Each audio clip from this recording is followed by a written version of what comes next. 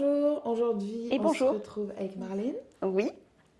On va parler de la reconstruction de l'enfant intérieur, aussi suite du coup aux blessures, aux relations qui ont des dépendances, aux relations dysfonctionnelles.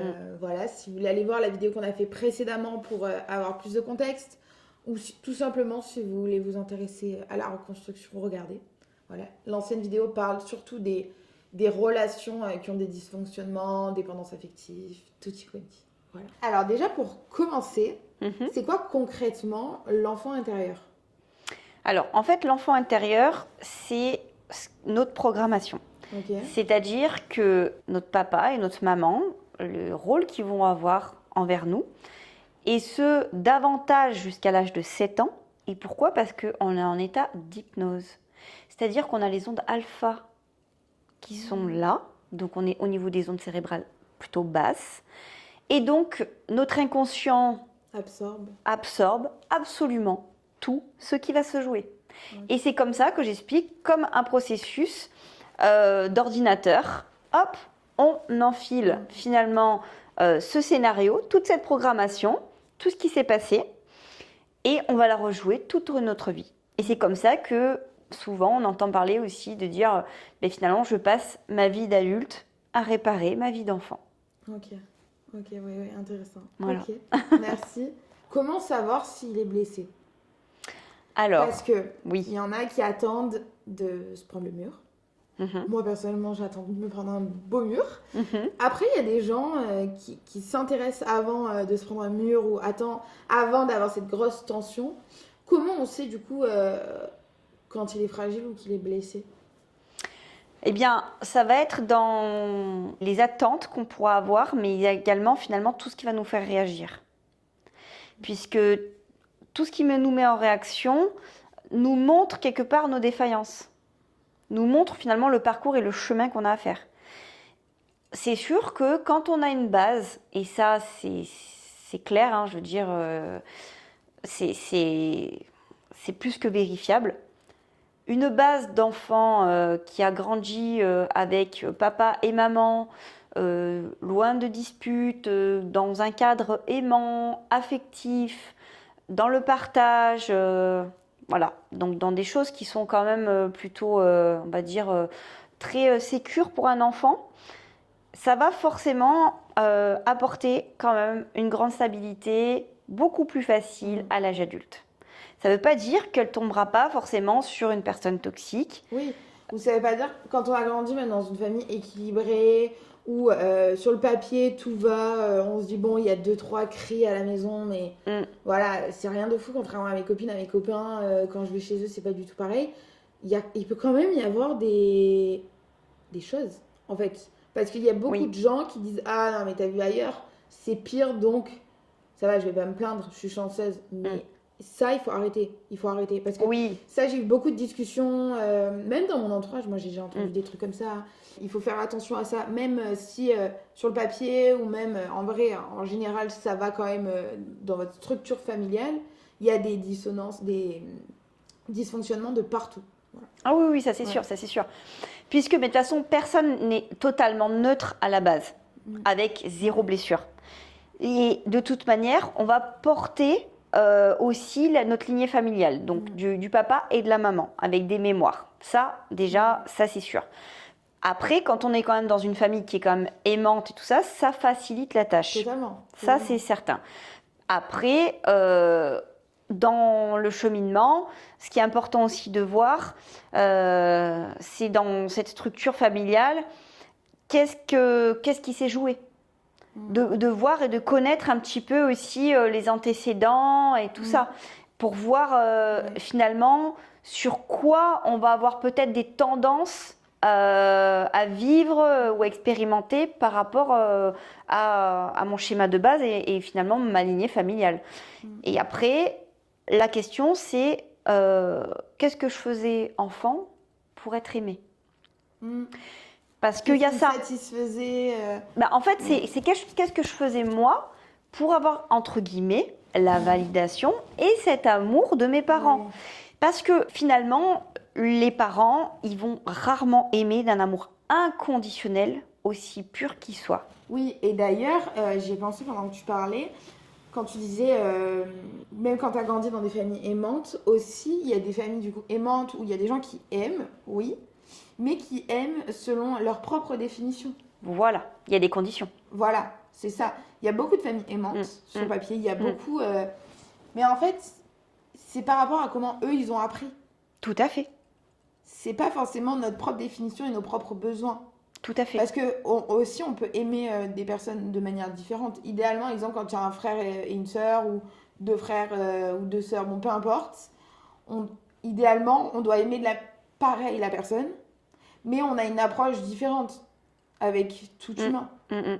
Mais pour ça, il faut aussi développer une intelligence émotionnelle, aller travailler sur soi et tout y quanti. Il y a beaucoup, effectivement, il y en a déjà beaucoup qui ressentent des différences entre frères et sœurs sur les parents. Oui, mais toi, t'es plus aimé, etc. Ça, déjà, classique, et c'est dans toutes les familles. Voilà, donc où il y en a qui se sentent plus délaissés, etc., etc.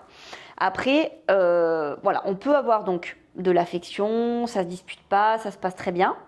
Mais c'est là où je dis forcément qu'on va quand même avoir des choses. Pourquoi ? Parce qu'on n'est pas aimé dans cet amour inconditionnel pur. Exemple très basique. Tu seras bien gentil, hein ? Tu te comporteras bien. Hop, conditionnement. Donc, ça veut dire que pour être validé, être aimé, j'entre constamment dans mon système parce qu'il y a une répétition qui se fait de mes parents. D'être gentil... C'est quoi être gentil ? Ils ont leur propre définition. Il faut se comporter comme ça, il faut être comme ça, il faut être comme ça. Ouais, ou c'est comme les notes. Voilà, si exactement. Les parents, ils traitent bien leur enfant quand il a des bonnes notes, mais dès qu'il a des mauvaises notes, c'est le petit âne de la maison, le petit mouton noir, et le parent a un comportement différent. L'enfant va se programmer avec le fait qu'il faut performer pour être aimé. Voilà. C'est malheureux. Totalement. C'est pour ça que ce qui met les premières failles, c'est parce qu'en fait, la plupart des humains n'est pas dans un amour inconditionnel. C'est ça, et dans le sens, on vient pas pointer du doigt vos parents, ou dans le sens, moi-même, il y a des dysfonctionnements alors que j'ai une belle famille. Dans le sens, tout le monde, c'est des sujets, on n'en parlait pas avant. Totalement. Voilà, il y en a, ils disent que le développement personnel, c'est des chichis, mais en fait, regardez la santé mentale actuelle. Et en fait, c'est juste que voilà, il y a des questions de société qui sont en train de remonter. Et il y a des sujets assez simples, comme l'amour, qu'il faut aller creuser. Ils sont simples sur le papier, mais en fait, il faut aller les vivre, les expérimenter. Et au final, c'est ça qui nous amène à cheminer et à savoir ce qu'on veut aussi. Ah oui, mais tout à fait, je suis d'accord. Et après, voilà, il n'y a pas de jugement à avoir sur vos parents ou dans votre lignée familiale. Et c'est un processus. C'est un processus. On peut très bien passer par une étape où on a un peu de colère, on a un peu de tristesse. Après, ça s'apaise, on arrive à les regarder avec amour et les regarder d'une manière où on sait que c'est pas de leur faute. Parce que aussi, il y a un truc qui est intéressant. Moi, petite, j'avais un peu du mal à comprendre parce qu'en fait, pour moi, c'était pas logique pour tout le monde, mais on choisit nos parents. Oui.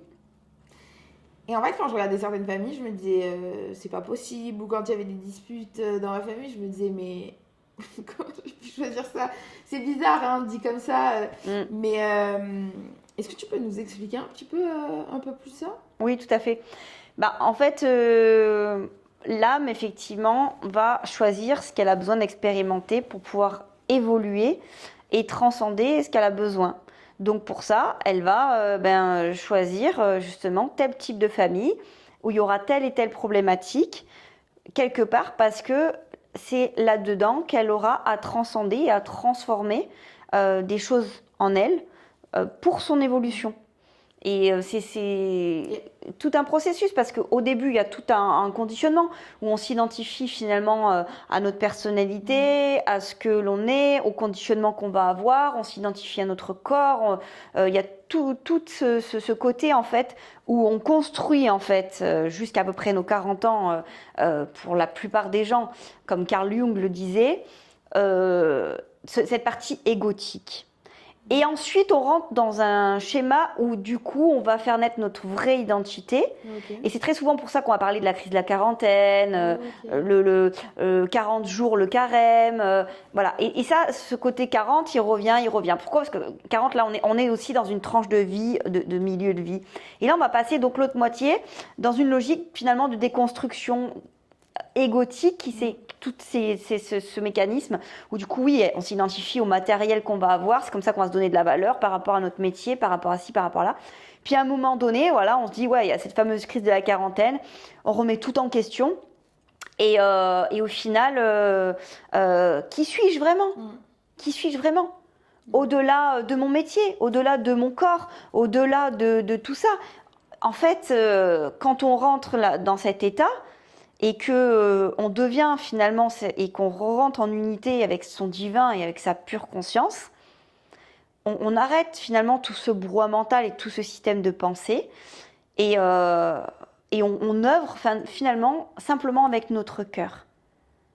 Et c'est pour ça qu'il y a des peuples qui disent qu'on est un peu fou ici, parce qu'en Occident, on pense tellement avec la tête, alors qu'en fait, on doit vivre avec notre cœur. Alors, voilà, quand on parle de divin, quand on parle de divin, en fait, il n'y a pas d'anecdote forcément religieuse. Je pense qu'il faudrait peut-être amener la chose comme ça. C'est une vision globale, plutôt, finalement, qu'on peut, qu'on entend souvent à travers la spiritualité et finalement qui ramène à cette notion d'éveil de conscience. Parce que c'est ça, en fait. Ouais. C'est la conscience. Et au final, la finalité, c'est juste de se sentir bien. Oui. De se sentir mieux et d'avancer en accord. C'est ça, d'être en paix à l'intérieur de soi. Et de vivre avec la pulsion de son cœur et de se sentir bien en fait. Totalement. Merci. Ouais. Du coup, pour revenir à comment on reconstruit un enfant intérieur, oui. Par quoi on peut commencer concrètement? Alors en fait, il y a tellement d'approches. Je pense que on peut pas dire à une personne il faut commencer par ça ou ça. Elle doit s'écouter. Si elle est attirée par le coaching, et ben dans ces cas-là, voilà exactement. Il y en a, ce sera peut-être l'hypnose. Il y en a, ce sera de passer par une psychologue. Il y en a, ça commencera par l'hypnose, le neurotraining, le magnétisme, enfin que sais-je. Il y a plein d'approches. En fait, on peut pas dire à une personne, c'est comme dans l'alimentation, il faut impérativement manger comme ça, etc. Ça fonctionnera pas parce qu'on est encore sur le il faut. Exactement. Et puis, de toute manière, chacun a sa propre réponse intérieure parce que on est tous en fait notre propre maître et que ce qui va fonctionner pour l'un fonctionnera pas forcément pour l'autre. Et c'est pour ça qu'il y en a qui disent « Ah, j'ai vécu telle approche, j'ai fait ça, c'est extraordinaire. Oui, la personne va voir ce thérapeute. Ah, non, moi, j'ai pas eu tout ça. » Eh bien oui, mais... humain. Oui, j'en parle à chaque vidéo ici, hyper important. Pareil, si un thérapeute ne vous convient pas, ne perdez pas espoir, allez voir quelqu'un d'autre. Oui, ça engendre des fois des coûts, c'est pas forcément remboursé. Mais si vous pouvez, faites-le. Voilà. Et si vous pouvez pas, commencez à vous initier à travers des livres, aussi à juste détendre votre système nerveux, parce que du coup, des fois, le système nerveux est un peu en alerte avec de la cohérence cardiaque.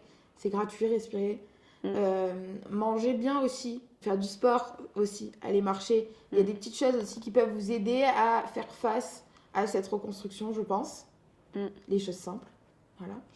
Et est-ce que tu penses que certaines personnes pourraient aussi aller voir les livres de Lise Bourbeau, tu sais, sur les blessures Alors oui, Lise Bourbeau, oui, tout à fait. C'est intéressant quand même, ces travaux. Alors, tous ces livres sont très bien. Moi, je les ai, donc je sais, j'ai fait tout un chemin aussi sur ça. Je veux dire, c'est une référence dans le développement personnel, Lise Bourbeau, clairement. Et puis après, même pour aller plus loin dans le pouvoir du moment présent, alors j'ai plus le nom là en tête de la personne qui l'a écrit. Oui, mais on vous le met à l'écran de suite. Voilà. Mais du coup, pareil, qui est un auteur qui est très bien. Et il y a des audios même sur YouTube qui justement sur son approche qui sont très très bien. Après... c'est bien aussi de se faire accompagner. Tout à fait. Pour pas trop rationaliser et trop être dans la théorie, il faut... Des fois, je trouve que c'est cool de se faire accompagner pour mettre en parallèle la théorie et la pratique, l'expérimentation et aller voir ce qui se joue. Parce que des fois, c'est ton rôle et c'est aussi mon rôle quand on accompagne des gens, mais on va juste permettre à voir ce que la personne n'arrive pas à voir parce qu'en fait, ça l'insécurise si elle percevait toutes ces petites incohérences. Tu vois ce que je veux dire? Du coup, aller voir quelqu'un par moment, ça peut être bien. Même une fois par an, des fois, hein, juste pour faire un reset. Il n'y a pas de règle aussi, si vous voulez aller voir tous les 2 mois, tous les 3 mois. Voilà, il n'y a pas de règle. Ça permet... après, il faut que ça résonne en vous. Hein. Parce qu'il y en a, c'est des charlatans. Voilà. Et il y en a avec qui ça résonne pas et qui sont juste là en train de réciter en fait un peu ce qu'ils ont appris ou qui passent par certains procédés. Complètement, c'est clair. Voilà. Après, revenons à notre sujet. Mais bon, le meilleur investissement reste sur soi dans la vie. Ouais. Parce que au plus tôt vous investissez sur vous, au moins vous allez perdre de temps. Hein. Oui, totalement. Parce que, je veux dire... ça retombera à un moment ou à un autre. C'est ça, je veux dire... les biens matériaux, tous les accessoires, tout le contexte autour, c'est sympa, c'est fun, mais en fait, vous emportez rien, quoi. Quand c'est fini, vous emportez rien. Par contre, tout le chemin que vous aurez fait personnellement, vous libérez et aussi de votre lignée familiale, mais également vous transcendez avec vos enfants, tellement de choses. Famille, ouais. C'est un cadeau. Ouais. C'est un véritable cadeau que vous vous faites que d'investir sur vous-même. Puis il y a beaucoup d'études qui montrent qu'après il y a des gens, même moi-même, hein, je pense que toi-même, après tu ressens t'as des moments de reconnaissance juste avec des choses simples. À des moments, moi je suis partie à la montagne là pour 24 heures, la route je l'ai appréciée. Il y a des paysages magnifiques. Alors qu'avant peut-être que dans une certaine période de ma vie, j'aurais pas autant regardé et apprécié les choses aussi simples. Et puis c'est parfois aussi quand on vit certaines épreuves qui permettent de se rappeler que finalement, oui, chaque jour, en fait, d'être en gratitude pour des choses toutes simples, là comme le paysage, pour se rappeler que, en fait, chaque jour ici maintenant, voilà, on peut être bien et être en présence, être dans ce moment présent. Ouais. Et la paix, elle est qu'à cet instant-là. Le bien-être, il est que là, en fait, que dans le moment présent. Mais ça, d'ailleurs, ça peut être un tips qui peut vous aider. Moi, personnellement, ça m'a aidé. Si tu as d'autres tips aussi. C'est le fait de redécouvrir l'intensité, le bonheur du moment présent en lisant. Parce que moi, de base, j'étais pas du tout une lectrice. C'est ma mère qui me lisait mes livres. Et en fait, un jour, je faisais que tomber malade à répétition. Il y a une raison. Hein. C'était en lien avec tout mon parcours aussi. Hein. C'était pas normal de tomber malade à répétition. C'est pas que j'avais un système immunitaire faible. Parce qu'il y a des gens qui disent en fait je suis faible. Non, c'est qu'il y a quelque chose qui va pas en fait. Ton corps t'envoie le signal, les signaux. Et en fait je suis allée acheter un livre, 2 livres, parce que avant j'exagérais tout le temps. Même moi j'ai encore un peu ce côté-là, toujours grand. Et en fait je me suis mise à lire. Et pour la première fois j'ai apprécié lire et ça m'a mis un peu dans un état méditatif. Et oui. Et même c'était la première fois que je me sentais vraiment comprise. Mais en fait c'était moi-même qui me comprenais. Et en fait, depuis que j'ai retrouvé des sentiments comme ça, des sentiments que je connaissais plus jeune, ça m'a permis d'être plus à la recherche. Parce que quand on ressent certaines choses, ça active notre... c'est comme quand on cherche quelque chose, le SAR. Dans notre cerveau, c'est comme si on va acheter une voiture rouge, on va avoir des voitures rouges à tous les coins de rue. Bien sûr. Et en fait, du coup, de se pousser un peu, voilà, de se faire un tout petit peu violence pour essayer de se mettre dans des conditions pour vivre des choses agréables, c'est une méditation, de la respiration, voilà, créer des circonstances. Je pense que ça peut être bien pour notre cerveau. Ah oui, tout à fait. En fait, le muscler, parce qu'en fait, le cerveau, au final, c'est un muscle. Et tout ce dont on vient de parler, c'est recréer des nouvelles habitudes, prendre conscience de soi, prendre confiance en soi, apprendre à s'aimer. C'est tout un chemin, il faut y aller avec douceur. Ah oui, ça c'est sûr, c'est certain. Après, voilà, pour cette reconstruction de l'enfant intérieur, de toute manière... l'accompagnement, de toute façon, est nécessaire. Moi, par exemple, de la manière que je m'y prends, je fais certaines séances de coaching. J'utilise les outils de libération émotionnelle, tels que l'EFT, les outils de MDR, et donc des massages avec hypnose. Et dont une séance où j'aurais mis plusieurs documents de coaching que la personne, elle aura complété, ce qui me permettra vraiment d'aller vraiment en profondeur sur son profil. Et je vais écrire en fait une séance sur mesure par rapport finalement à son profil et sa programmation, qui fait que du coup il y a les failles, qui fait que elle n'a pas ce qui correspond dans sa vie. Et donc j'enregistre cette séance sur une audio pendant que je fais le massage avec hypnose. Et après la personne doit l'écouter tous les soirs et s'endormir avec. Oui, j'ai déjà fait. Voilà. Ouais, c'est sympa. Et ça, en fait, le fait de finalement réécouter encore et encore et encore, c'est comme ça qu'on reprogramme son enfant intérieur par cette répétition, par ces schémas qu'on doit retrouver et se reconnecter. Et finalement, ça va petit à petit changer ce mécanisme de pensée. Et amener des nouveaux circuits neuronaux. C'est pour ça que dans les thérapies classiques, souvent, alors pas dans tous, mais souvent dans les psys, on va dire, dans la thérapie classique, les gens ne changent pas vraiment et restent toujours avec leur sac à dos plein de cailloux et très lourd. Ils ont fait juste des prises de conscience, c'est chouette, mais ça c'est 30% du parcours. Et ce qui va vraiment changer, c'est 70% aussi de passage à l'action. Et comment on le fait? En mettant justement aussi ces nouveaux circuits neuronaux et en mettant des objectifs en place. Et c'est ça le problème de la thérapie, on va dire classique, c'est que pour moi ça a sa propre limite, dans le sens où on ne va pas forcément activer ces nouveaux circuits neuronaux. Et à chaque fois on reparle toujours un peu plus de la même chose. Et on tourne en rond. Donc qu'est-ce qu'elle fait la personne? Elle nourrit ces circuits neuronaux de mécanismes finalement qu'elle connaît et qu'elle répète encore et encore. Sa réalité, son système de pensée ne change pas. Elle obtient toujours un peu plus du même résultat. Et puis, il n'y a rien qui change. Donc, c'est important voilà. Et tout ça, pourquoi? Je veux dire, moi, c'est mon parcours personnel qui m'a fait comprendre ça. Je veux dire, dans tout ce que j'ai pu faire, dans psychologue, psychiatre, et puis finalement, j'ai consulté toutes les médecines douces, tout ce qui existe, justement pour cette recherche du bien-être, de l'équilibre, de compréhension, de tout ça.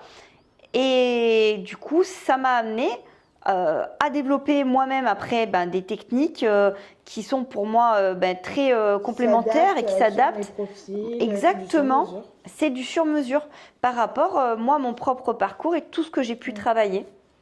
Voilà, parce que ça a été vraiment, finalement, moi ces méthodes, vu que je les ai aussi vécues et ressenties, c'est intégré pour moi dans mes cellules. Et donc c'est pour ça que j'ai cette facilité à retranscrire et à travailler suivant le profil que je vais avoir. Il y en a par exemple, le coaching ou la thérapie classique, c'est même pas la peine. Je passe uniquement par du massage, l'hypnose, par du soin, parce que en fait le système nerveux n'est pas apte, les conditions ne sont pas là pour pouvoir travailler en thérapie classique. Et on n'obtiendra pas de résultat. Donc ça sert à rien. Là par contre, petit à petit, en redescendant, en amenant la personne davantage en reconnexion avec son corps, en travaillant et en modifiant déjà des petites choses, hop, la personne commence déjà à avoir des modifications. C'est pour ça que ce qui va convenir à l'un ne conviendra pas forcément à l'autre. Exact. Merci. Avec plaisir. J'espère que ça vous aura plu. J'espère que tu as aimé. Oui. Super. N'hésitez pas à commenter si vous avez des questions, des interrogations. Dites-nous ce que vous en pensez. Voilà.